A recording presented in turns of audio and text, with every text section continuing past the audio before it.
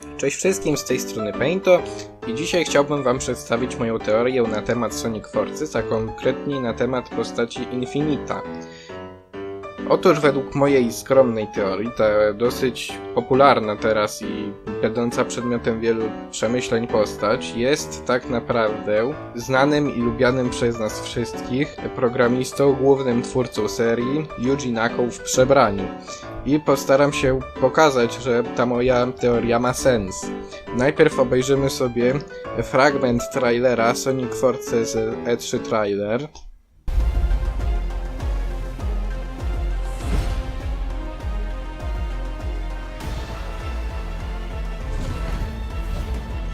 No i tak, widzimy tutaj 4 postacie, widzimy Metala, Shadowa, Chaosa i Zavoka.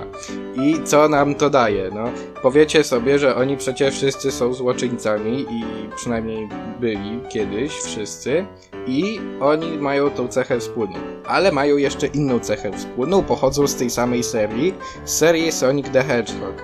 Oczywiście wszyscy wiemy, kto i w jaki sposób zapoczątkował tę serię, kto tchnął życie w postać niebieskiego jeża i zaraz zresztą zobaczymy tegoż osobnika z tyłu.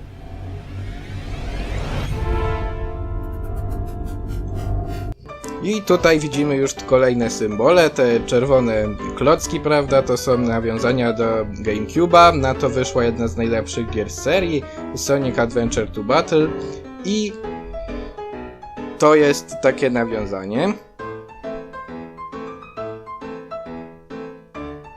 I te rzucanie to jest nawiązanie do tego, że fani to lubią i chcą to mieć. Teraz jeszcze przyjrzyjmy się, oczywiście jak wszyscy wiemy, to jest symbol nieskończoności i przyjrzyjmy się temu, bo jeśli obrócimy go o 90 stopni, co zresztą widać na początkowym kadrze tego ujawnienia symbolu, to wygląda jak 8. A jest jeszcze jedna rzecz związana z 8. Otóż Sonic Team początkowo nosił nazwę Sega AM8.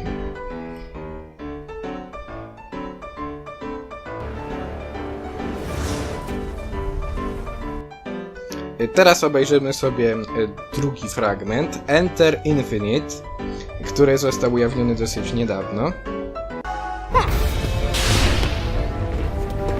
Whoa, this guy is faster than Sonic! Oczywiście, jak widzimy, Infinite jest szybszy od Sonika. Z czego to wynika? No z tego, że to jest Yuji Naka i on go stworzył, więc on zawsze będzie od niego szybszy.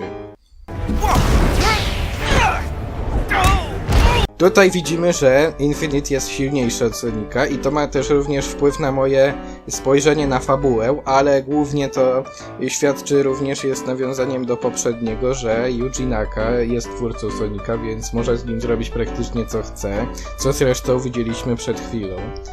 Fabułę wyjaśnię za chwilę. Tutaj Eggman mówiący nice też może być takim symbolem, bo początkowo to Eggman miał być główną postacią w serii, a Sonic zabrał mu to zaszczytne miejsce tym, że bardziej się nadawał na projekt takiej postaci. I tutaj widząc jak Infinite, czyli Yuji Naka się rozprawia wreszcie z Soniciem, jest dla niego takim bardzo wesołym elementem, bo on w końcu stanie się główną częścią i stanie się być może nawet protagonistą. Tails? I need to know what's going on with this guy. I'm trying, Sonic, but these readings are all messed up. They don't make any sense. The little blue savior. Oczywiście postacie nie są w stanie zidentyfikować nowego złoczyńcy, nowej postaci, bo nie powiem, żeby to był jakoś może wybitny złoczyńca, ale nie są w stanie zidentyfikować nowej postaci, a dlaczego? No nigdy nie byli w naszym świecie realnym, więc nie wiedzą kim jest Yuji Naka. My natomiast widzowie, którzy widzimy tutaj co się dzieje, wiemy kto to jest. I wreszcie po raz jako trzeci element przyjrzyjmy się piosence Infinita.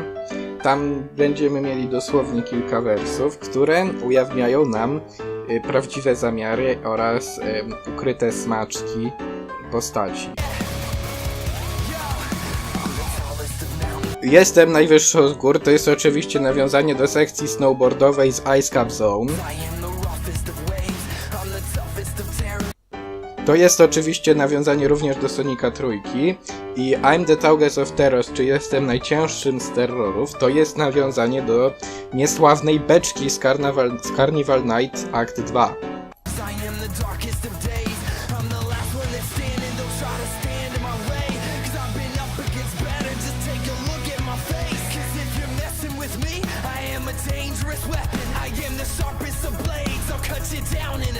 To jest oczywiście nawiązanie do tego, że Yuji Naka jest programistą i jeżeli fani go rozsierdzą, no to on może zrobić coś takiego, że wstrzyknie jakiś złośliwy kod, no i gra nie będzie albo działać, albo będzie specjalnie rozsierdzać graczy.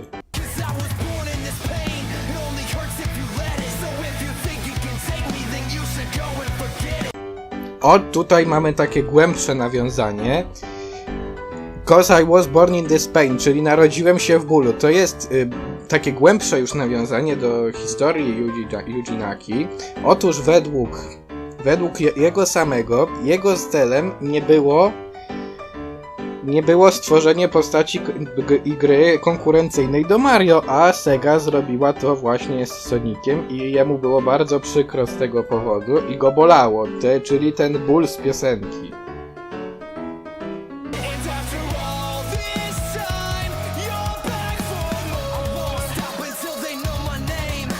To można rozumieć dwojako. Można to rozumieć albo jako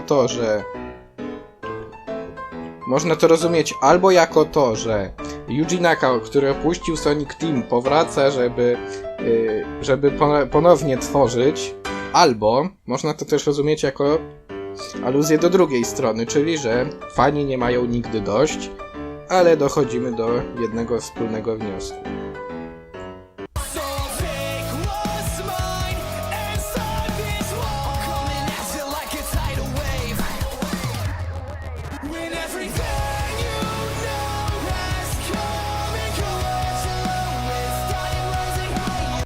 To jest nawiązanie do tego, że oryginalni pierwsi członkowie Sonic Teamu, czyli Yasuhara, Oshima i Naka, opuścili Sonic Team w pierwszej połowie pierwszej dekady XXI wieku i to jest właśnie, że to co znaliście i odeszło.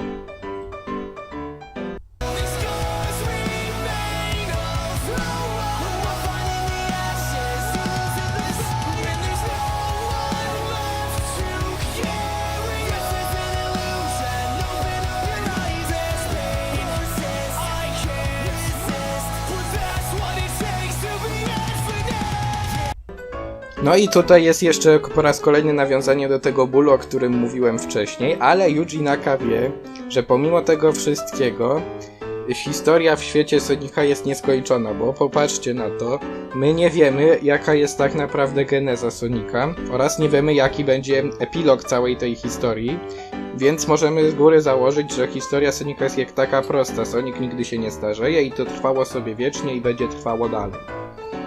No i w piosence będzie już praktycznie na tyle. Teraz jeszcze za pomocą zgromadzonych faktów przyjrzymy się fabule tego dzieła. I tu jest fabuła dosyć prosta.